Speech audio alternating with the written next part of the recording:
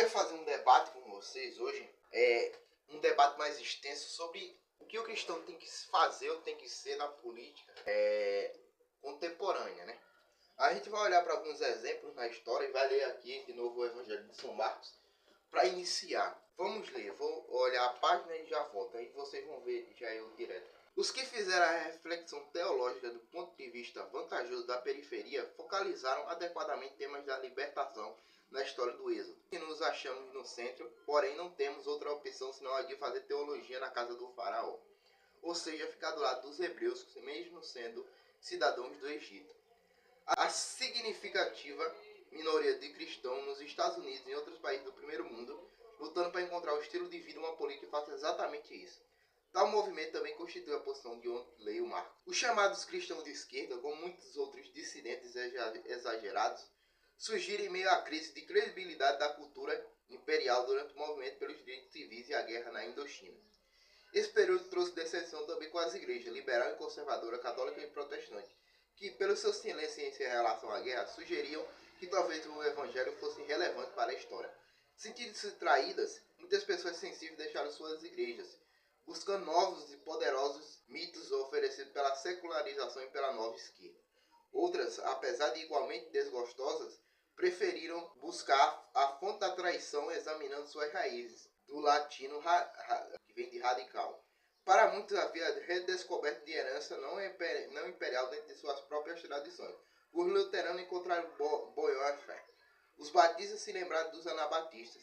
Os metodistas releram Wesley e os abolicionistas. Os católicos descobriram Francisco e uma quantidade de mártires e santos, etc. Houve muitos afluentes desse rio. Um dos mais importantes foi o testemunho da igreja no terceiro mundo e a teologia da libertação, que começou a ser percebida de maneira mais ampla na América do Norte, em meados dos anos 70. Desafio às ideologias da igreja dominante também partiram de teologias feministas, negra, hispânica, pacífica, asiática e ameríndia. A década de 80 viu o começo da solidariedade real entre as igrejas do centro e da periferia através de esforços populares como o movimento de santuários, a campanha de libertação da África do Sul e o movimento contra a política dos Estados Unidos na América Central, na Coreia e na Filipinas. Enquanto isso, a participação cristã na paz doméstica e nos movimentos antinucleares fortemente se ampliaram, bem como a prática da resistência não se aprofundava gradualmente. O que eu quero debater aqui com vocês depois disso é o seguinte: o cristão ele tem que tomar uma posição política, é aí que está, ele tem que tomar uma posição política. Eu vou pegar esse lápis aqui para pontuar diante da barbárie do mundo. É aí que está. E o cristão toma, porque veja, se o cristão vota em uma pessoa como Renan Santos, ele está tomando uma posição de esmagamento dos mais pobres, dos mais velhos e dos doentes. É essa posição que ele toma. Se ele vota em um cara como Flávio Bolsonaro, e tem. Então ele toma posição, ele é obrigado a tomar uma posição. Ele não pode deixar de ser cristão ao votar numa pessoa. Ele tem que ser cristão em toda a hora. Ele tem que ser cristão aqui, na hora do voto, em toda a hora. O cristão não pode ser só cristão na hora que está dentro de casa com a família. Tem que ser cristão quando olha para outras famílias, quando vê a possibilidade de outras famílias serem cristãs. Então, por exemplo, eu quero imaginar com vocês uma coisa. Aqui no Brasil, a Igreja Católica dominava, era a religião institucional daquele período imperial, Brasil imperial.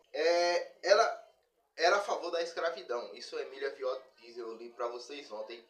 Eu fiz uma pequena síntese da história da igreja e ela defendeu a escravidão. Nos Estados Unidos existiam os quakers, eram cristãos, que eram contra a escravidão e utilizavam a Bíblia e argumentos naturais contra a escravidão. Eu quero que vocês olhem agora em retrospecto. Qual deles está certo? A Igreja Católica em ter defendido o rico ou os quakers em ter ficado contra a escravidão? Pode parecer insensato agora ficar contra o capitalismo e contra todas as desgraças que ele causa aos mais pobres, como fome, doenças, desemprego e tudo mais, mas é necessário ser um cristão de esquerda. É aí que está.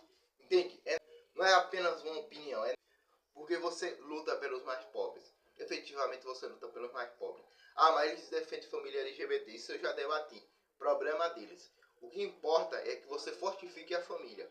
E para fortificar a família é justamente correndo atrás de mais benefícios sociais para esse povo, de melhores trabalhos, de melhores empregos, de melhores salários. É isso. E quem faz isso é a esquerda, não é a direita.